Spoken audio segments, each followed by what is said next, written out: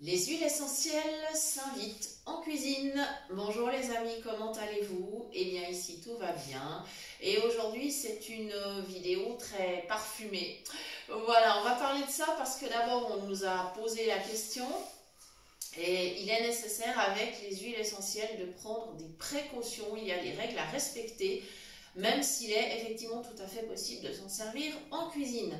Donc vous allez découvrir toutes nos astuces. En préambule, je tiens vraiment à remercier toutes les personnes qui nous suivent, tous ceux qui découvrent la chaîne. N'hésitez pas à vous abonner si nos informations vous intéressent. Notre chaîne donne des recettes de cuisine adaptées en audio description pour les personnes malvoyantes et non-voyantes, mais bien évidemment toutes les personnes valides sont les bienvenues, tous les amateurs de cuisine sont les bienvenus chez nous. Et ensuite nous essayons de donner quand même quelques informations sur la diététique et sur la santé. Nous essayons aussi de mettre des posts avec des recettes très simples pour les débutants, parce qu'il faut bien débuter un jour et il faut oser se lancer. Donc dans les posts, quand il y a des recettes qui ne justifient pas de faire une vidéo, eh ben, on fait un petit post, que ce soit sur la chaîne, que ce soit sur la page Facebook de la chaîne et dans le groupe WhatsApp Phoenix Cuisine Pratique. Voilà, donc n'hésitez absolument pas à nous rejoindre. C'est vraiment très sympa, n'hésitez pas à poser des questions. Et là, je dirais par rapport aux huiles essentielles, si après cette vidéo, il vous reste des questions, eh bien, n'hésitez pas à nous écrire à l'adresse suivante, cuisinepratique@mail.ch, ça n'a pas changé. Voilà, donc, dans un premier temps, peut-on utiliser toutes les huiles essentielles en cuisine? Non. Il y en a qui n'ont absolument aucun intérêt en cuisine, évidemment, et il y en a qui sont trop agressives, et donc ça n'est pas possible. Maintenant, on va expliquer comment utiliser celles qu'on peut utiliser. Et première astuce, déjà la plus simple, quand vous cuisinez un plat, donc on vous a mis un petit post là-dessus il y a quelques jours, quand vous cuisinez un plat, par exemple vous préparez une viande dans une cocotte, vous préparez même des légumes, simplement une jardinière de légumes dans la cocotte, vous avez envie d'avoir un petit goût de plante pour parfumer. À ce moment-là, la méthode la plus simple, c'est de mettre quelques petits brins de l'herbe choisie. Et à ce moment-là, vous couvrez bien. Et le fait de couvrir va vous procurer deux avantages. Le premier, c'est que vous allez économiser de l'énergie parce que quand on couvre, la cuisson se fait quasiment en circuit fermé et donc vous ne chauffez pas toute la pièce, mais la chaleur reste bel et bien dans la marmite. Le deuxième avantage, c'est que vous allez avoir pendant la cuisson, on va dire de la vapeur qui va se produire, qui va aller former des petites gouttelettes contre le couvercle. Et comme les herbes se distillent pour obtenir l'huile essentielle, et bien il va se passer la même chose dans la marmite, c'est-à-dire que vous aurez quelques petites gouttes précieuses d'huile essentielle, mais vraiment en très petite quantité, mais ça suffira à parfumer très agréablement votre plat. Ça, c'est la première méthode. Maintenant, il faut savoir au niveau des huiles essentielles, tiens, je crois que j'ai de la visite, bonjour le chat. Au niveau des huiles essentielles, il y a deux méthodes pour les obtenir. Il y a la distillation, qui se fait donc par la méthode alambique, distillation à la vapeur. Alors, il peut y avoir autant de petites entreprises qui font ça de façon artisanale et puis des entreprises beaucoup plus grandes qui le font évidemment à grande échelle. Il faut par contre éviter les huiles essentielles qui sont obtenues à base de solvants parce que là par contre ça devient inintéressant à consommer. La deuxième méthode, c'est la pression à froid qui est utilisée pour tout ce qui est écorce, agrumes. Voilà. Donc, je vais vous donner une première recette avec le citron. L'huile essentielle de citron, elle a quelques avantages par rapport au citron lui-même. Alors, ça dépend évidemment de la recette qu'on a envie de préparer. Je vous mets évidemment en garde par rapport au fait que les huiles essentielles sont très puissantes et qu'il ne faut jamais prendre la bouteille et verser directement dans un plat. Ça, par contre, c'est un truc à proscrire et à ne jamais faire. Maintenant, on va parler justement de cette huile essentielle de citron. Vous pouvez préparer une magnifique huile aromatique au citron avec 100 ml d'huile. Alors, vous pouvez prendre de l'huile d'olive, vous pouvez prendre une autre huile si vous préférez, colza, tournesol, enfin voilà, ça vous avez vraiment le choix, c'est selon votre goût. Et pour 100 ml, vous allez mettre entre 25 et 30 gouttes d'huile essentielle. Commencez par 25 et ça peut suffire largement. Vous allez évidemment refermer votre flacon, vous allez agiter un petit peu et vous allez laisser comme ça un petit peu quelques jours. Bon, c'est utilisable tout de suite, mais je veux dire, l'huile va être magnifiquement parfumée. Il faut prendre une bouteille bien sûr qui ferme bien, de sorte que l'odeur ne file pas ailleurs, qu'elle reste dans la bouteille. Il faut savoir que les huiles essentielles sont très volatiles. Je ne sais pas si vous avez déjà essayé par exemple de mettre de l'huile essentielle sur un coton ou quelque chose et en fait ça va se diffuser très agréablement mais l'odeur va disparaître relativement vite quand même. Voilà, les huiles essentielles sont très volatiles. Elles ont un autre impératif, c'est-à-dire qu'elles doivent être utilisées uniquement dans des corps gras. L'huile essentielle est liposoluble. On ne peut donc absolument pas les ajouter dans une boisson. On ne peut pas préparer par exemple une boisson gazeuse avec de l'huile essentielle dedans. C'est absolument pas possible. Vous vous mettriez en danger. Ce qui se passerait, c'est que l'huile essentielle resterait en surface.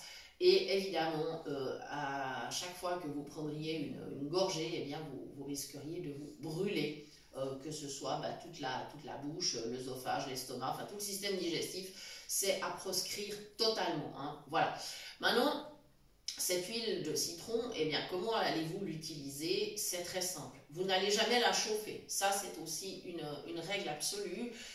Hormis le cas de figure dont je vous ai parlé tout à l'heure, c'est-à-dire de mettre les petits brins d'herbes aromatiques dans votre plat pour que l'huile essentielle se distille pendant la cuisson, ça c'est un cas vraiment exceptionnel.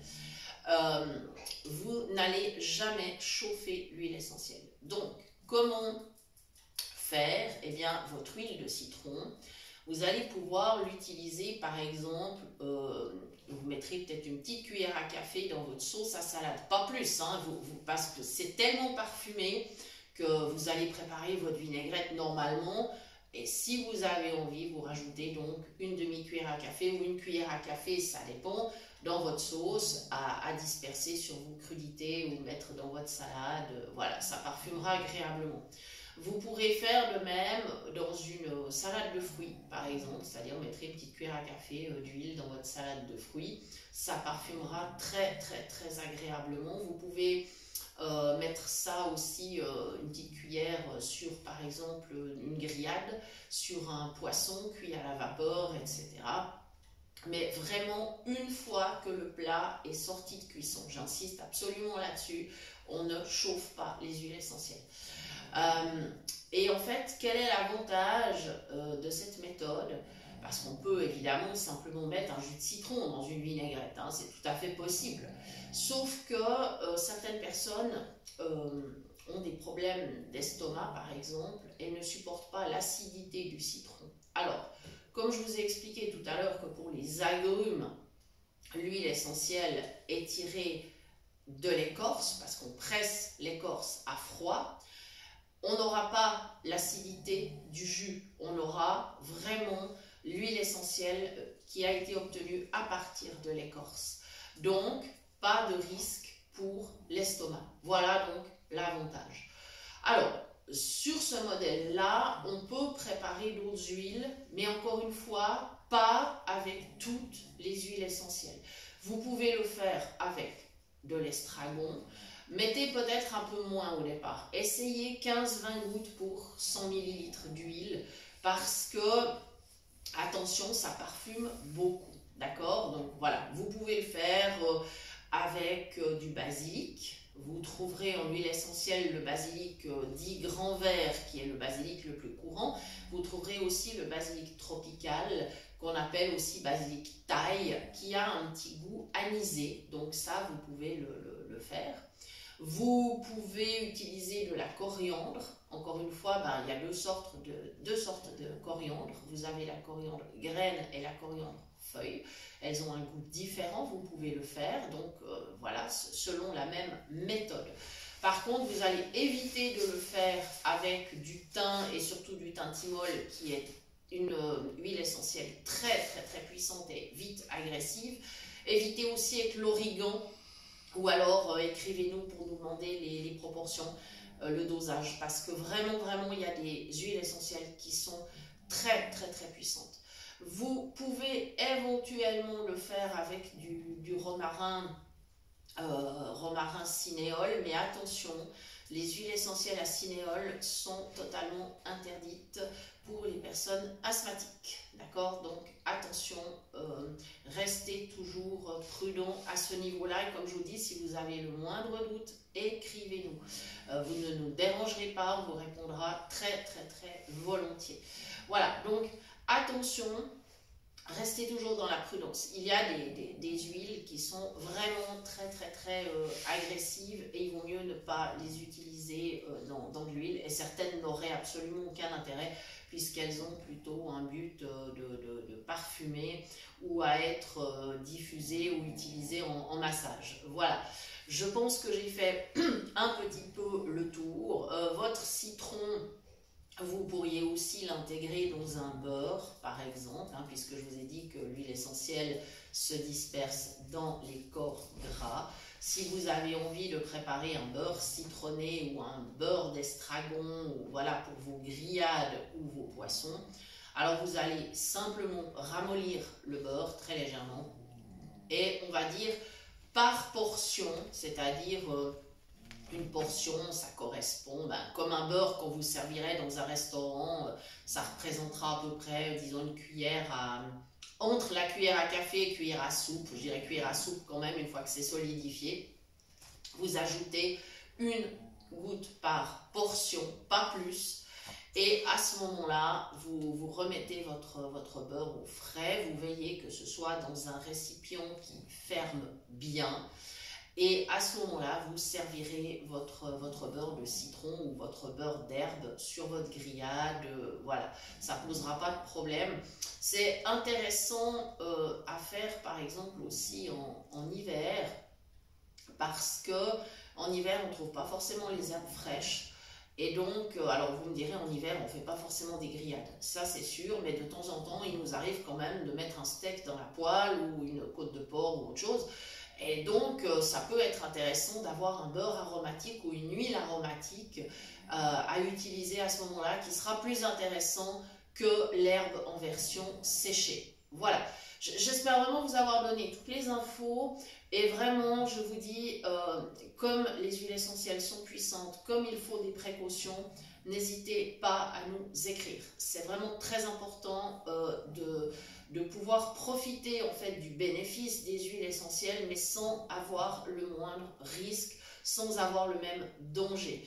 Je précise que les huiles essentielles, d'une manière générale, pour les dames, si vous êtes enceinte ou si vous allaitez, il faudra temporairement vous en passer.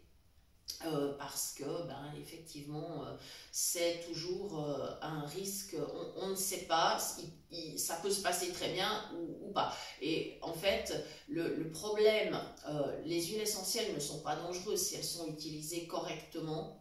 Elles le sont si elles sont mal utilisées. Voilà, c'est toujours le problème.